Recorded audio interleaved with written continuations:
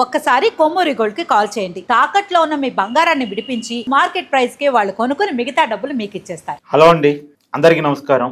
Journalism విలువలకి పాతరేసిన వాళ్ళు జర్నలిస్టులకి నీతులు చెప్తున్న పరిస్థితి.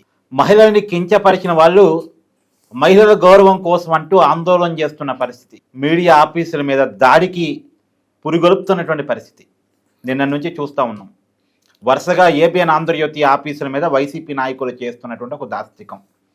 నిన్న హైదరాబాద్లో ఉన్నటువంటి ప్రధాన కార్యాలయాన్ని ముట్టడించారు వైసీపీ కీలకమైన నాయకులు. జోగి రమేష్ కావచ్చు, అంబటి రాంబాబు కావచ్చు, కొంతమంది కీలకమైనటువంటి నాయకులంతా కలిసి ఇవాళ ఆంధ్రప్రదేశ్లో ఉన్నటువంటి ఏబిఎన్ ఆంధ్రజ్యోతి కార్యాలయాల దగ్గర వైసీపీ కార్యకర్తలు ఆందోళన చేస్తున్న పరిస్థితి. దాని గురించి మాట్లాడుకునేటువంటి ప్రయత్నం చేద్దాం. నాతో ఉన్నారు ప్రముఖ సామాజిక రాజకీయ విశ్లేషకులు అంకంరావు గారు. సార్ నమస్కారం. నమస్తే కట్టవారు. సార్ మేము జర్నలిస్టులు. సార్ మేము అనేక రాజకీయ పార్టీలని, అనేక రాజకీయ వ్యక్తుల్ని రకరకాల కారణాలతో మేము వాళ్ళని విమర్శిస్తూ ఉంటాం. మా బాధ్యత అది, ప్రజల తరపున మాట్లాడటం అనేటువంటిది.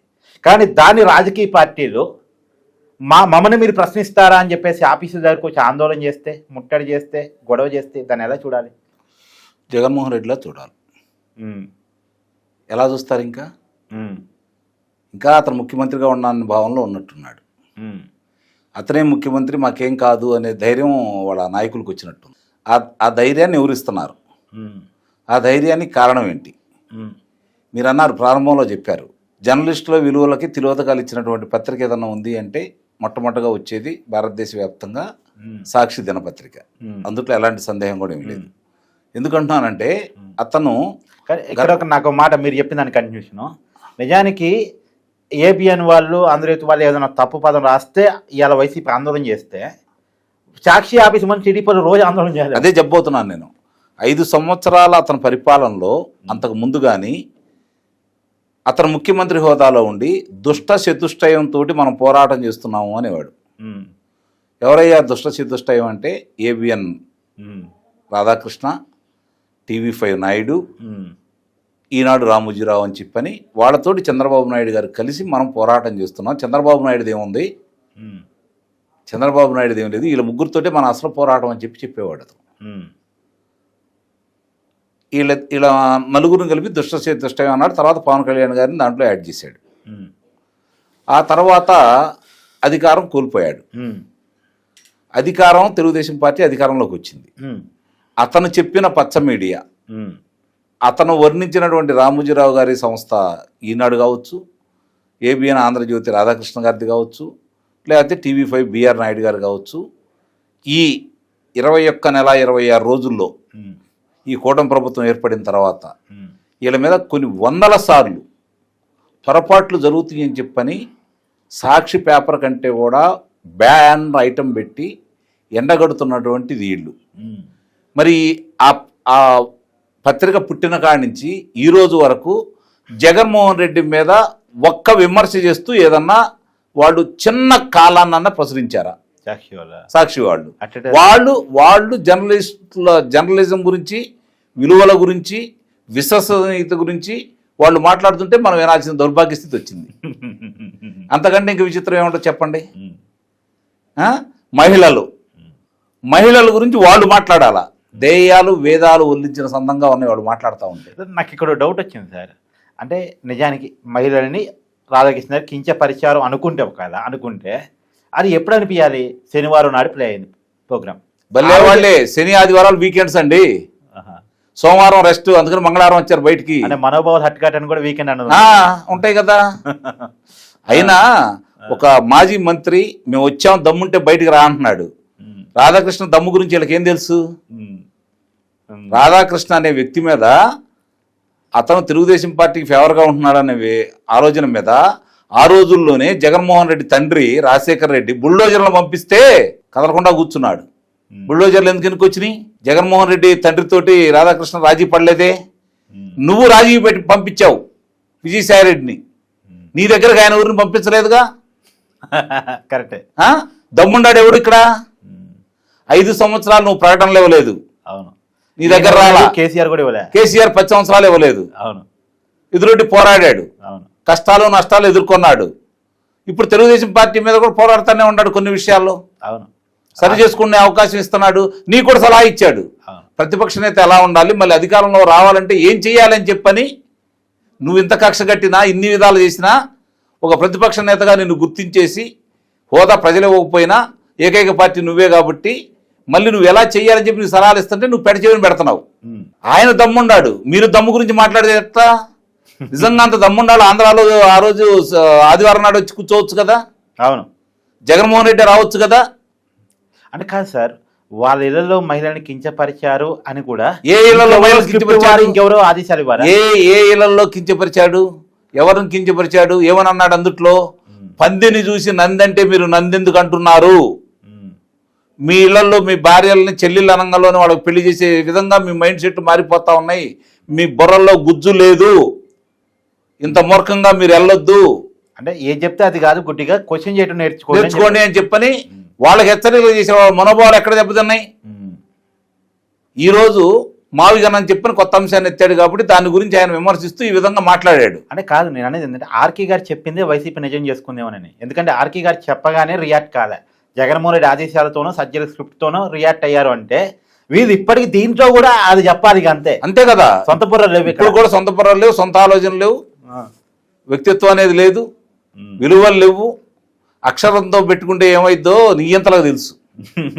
అంతకంటే గొప్పడేం కాదు జగన్మోహన్ రెడ్డి. ప్రజాస్వామ్య దేశంలో ఉన్నాం మనం. అవును అవును.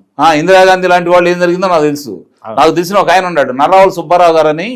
ఆయనది బురిపాలెం స్వగ్రామం, రైతు బిడ్డ, చదువుకున్నాడు, ఆల్ ఇండియా రేడియోలో ఉద్యోగం వచ్చింది.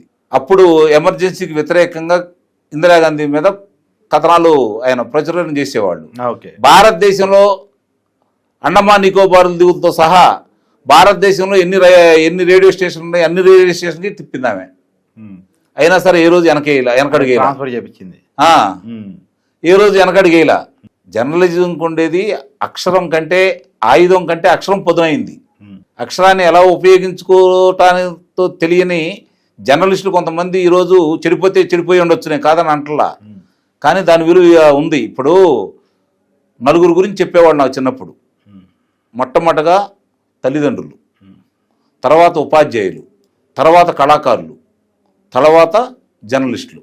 వీళ్ళు సమాజాన్ని ప్రభావితం చేయగలిగినటువంటి గొప్ప వ్యక్తులు. ప్రభుత్వాలను మార్చగల శక్తివంతులు వీళ్ళు. ఒక పాట, ఒక నాటిక, ఒక ఆర్టికల్, ఒక మాట ఖచ్చితంగా సమాజాన్ని ప్రభావితం చేస్తాయి. దాంట్లో ఉన్నప్పుడు మీ విలువలు పెంచుకుంటా ఉంటే ప్రజలు మిమ్మల్ని ఆదరిస్తారు. ఒక విలువలు అంటూ ఉంటాయి. సరే, ఆ విలువలు తిరోధకాలు ఇచ్చి మూటలకే మాటలు మారుస్తున్న రోజుల్లో మనం ఏం చేయలేము కొంతమందిని. అంటే విమర్శను ఒప్పుకోలేని తనం ఏంటి సార్ అసలు? అహంకారం. వాళ్ళ అహంకారం అనాలా, ప్రభుత్వం అలుసనాలా? నా చెప్పండి, వాళ్ళ అహంకారం అనాలా, ప్రభుత్వం అలుసనాలా? రెండు ఉన్నాయి దీంట్లో. అందువల్లే వాళ్ళు పెట్టరేగిపోయి మాట్లాడుతూ ఉన్నారు. నిన్న మాట్లాడింది రోజా, ఈ రోజు బయటకు వచ్చింది ఆమె పూజ. నాకు అదే అనిపించేది ఏంటంటే, రోజా పొద్దున్న లేస్తే మహిళల గురించి ఎలాంటి కామెంట్స్ చేస్తూ అందరికీ తెలుసు. అంబటి రాంబాబు ఈ మధ్య కాలంలోనే సీఎం గారి తల్లిని ఉద్దేశించి ఏ కామెంట్ చేశారో రాష్ట్రం అంతా చూసింది. వీళ్ళు వచ్చి మహిళల గౌరవం గురించి మాట్లాడుతుంటే కొంత కామెడీ కనిపించట్లేదా? మీరు అంత దూరం వెళ్ళారు. సొంత తల్లి గురించి వర్రా రవీంద్ర రెడ్డి ఇష్టమైన రాతలు రాస్తే, అవును, సొంత చెల్లెల గురించి ఆయన ఇష్టం వచ్చిన రాతలు రాస్తే, జగన్మోహన్ రెడ్డి స్వయంగా చర్మ గురించి కామెంట్ చేశారు. కడప బహిరంగ సభలో ఆమె కట్టుకున్న పచ్చ చీర గురించి మాట్లాడుతూ చంద్రబాబు నాయుడు దగ్గరికి పచ్చ చీర కట్టుకొని వెళ్ళింది అని చెప్పని, చేయడానికి వెళ్ళింది అని చెప్పని మాట్లాడితే, వీళ్ళు ఈ రోజు వచ్చి మహిళల గురించి, మహిళల యొక్క అభ్యున్నతి గురించి, వారి యొక్క మనోభావాల గురించి 3 రోజుల తర్వాత గుర్తొచ్చి వీళ్ళు మాట్లాడుతూ ఉన్నారు. ఇదంతా అమరావతి చట్టబద్ధతను సైడ్ ట్రాక్ చేయడానికేనా? నిస్సందేహంగా ఆ ట్రాప్ లో కూటమి నేతలు ముందు పడ్డారు. మావిగన్ అనంగంలోని వీళ్ళు ఎగబడ్డారు. ఏమైంది? 1వ తారీఖు నాడు లోక్సభలో, 2వ తారీఖు నాడు రాజ్యసభలో అంత విజయవంతంగా పూర్తయిపోయి ఆ చర్చ పక్కపై మావిగన్ మీద చర్చ వచ్చింది. ఏబిఎన్ మీద దాడి చర్చకు వస్తుంది. అంటే నీకు ఇక్కడ రాష్ట్రపతి వాళ్ళు కూడా ఎన్నుకున్నది చూడండి, రాష్ట్రపతి గారు నోటిఫికేషన్ విడుదల చేయడంలోనే చేశారు. అవును, కరెక్ట్. అంటే పక్కాగా రాజకీయం ఆడుతున్నాడు జగన్మోహన్ రెడ్డి. కరెక్ట్ స్ట్రాటజీతో వెళ్తున్నాడు. అది చేత కావట్లేదు కూటమి నేతలకి. ఇదే కాదు సార్, తిరుమల ఇష్యూ పిక్స్ పోతుంటే కరెక్ట్ గా అదే టైంలో అంబటి రాంబాబు లకారం బా తిట్టాడు. అదే అతను ఏకాడికి కూడా అతనికి సమస్యలు ఎదురైనప్పుడు, సమస్యల తీవ్రత అతను తాగుతున్నప్పుడు పక్కాల మీదకి నెట్టేసే విధంగా దాని గురించి చర్చించుకోకుండా అతను చక్కని రాజకీయం చేస్తున్నాడు. వీళ్ళకి రాజకీయం చేత కావట్లేదు. రాజకీయం చేత కావట్లేదు. చూడండి ఆ రోజు చూడండి తిరుమల ఇష్యూ మాట్లాడుకుంటున్నాం. అవును. ప్రకారం బాగా తిట్టాడు. టీడీపీ వాళ్ళు సహజంగా ఆవేశం వచ్చింది, అంబటరామ మీదకి పోయారు. ఈ చర్చ దారి మళ్ళీపోయింది. అంతే కదా మరి. ఇప్పుడు కూడా రాష్ట్రపతి గారు ఇంత గొప్ప పని చేస్తే ఇది ఆంధ్ర రాష్ట్ర ప్రజలందరికీ శుభాకాంక్షలు తెలపాలి మనం. అలాగే వాళ్ళకి ధన్యవాదాలు తెలపాలి. అవును. రాష్ట్రపతి గారికి, రాష్ట్రపతి ముర్ము గారికి, ప్రధానమంత్రి నరేంద్ర మోడీ గారికి, హోంశాఖ మంత్రి అమిత్ షా గారికి, ఇంతమందిని సమన్వయం చేసుకుంటూ అన్ని పక్షాలను ఏకం చేసుకొని అందరి చేత ఆమోదం తెలియజేసుకున్నటువంటి నారా చంద్రబాబు నాయుడు గారికి మనం ప్రత్యేకమైన కృతజ్ఞతలు జరపాలి. అదేసి ఎలాగైతే తీర్మానానికి ప్రత్యేక అసెంబ్లీ పెట్టారో తీర్మానం మళ్ళా ధన్యవాదానికి కోసం కూడా ఒక పెట్టాలి, అసెంబ్లీ పెడితే. ఎందుకంటే అసెంబ్లీ పంపించిన తీర్మానాన్ని పార్లమెంట్ అంగీకరించింది కాబట్టి అవును, మనం నిస్సందేహంగా పెట్టాలి కూడా. దానివల్ల అందరూ ప్రజలకు కూడా తెలిసింది చట్టబద్ధత వచ్చింది, మనం అడిగిన రిక్వెస్ట్ ని కేంద్రం అంగీకరించింది అనేటువంటి తెలిసిపోయింది. ఇప్పుడు ఇన్ని విజయాలు వచ్చేసి పోలవరం డయాఫ్రమ్ వారు పూర్తయిపోయి ఒకే రోజు ఉద్యోగస్తులకు సంబంధించి బకాయిలకు 7,800 కోట్లు విడుదల చేయమని చెప్పిన 2వ తారీఖు నాడు చంద్రబాబు నాయుడు గారు అధికారులను ఆదేశిస్తే వీటి గురించి ప్రజలకు చెప్పుకోవాల్సినటువంటి కూటమి పెద్దలు, కూటమి ప్రజాప్రతినిధులు, శాసనసభ్యులు, మంత్రులు, లోక్సభ సభ్యులు ఈ విషయాలన్నీ వదిలేసి జగన్మోహన్ రెడ్డి ఏదో మతి లేని వ్యక్తి అని చెప్పని వీళ్ళే చెబుతూ దాని గురించి వీళ్ళు ప్రచారం చేస్తూ అతను ప్రచారం కల్పిస్తూ దాన్ని ముందు లైమ్ లైట్ లో పెట్టేసి దీన్ని వెనక తీస్తున్నారంటే జగన్మోహన్ రెడ్డి ట్రాప్లో వీళ్ళు పడ్డారా లేదా? ముందు జగన్మోహన్ రెడ్డి అనే పేరు గురించి మీరు మర్చిపోండి.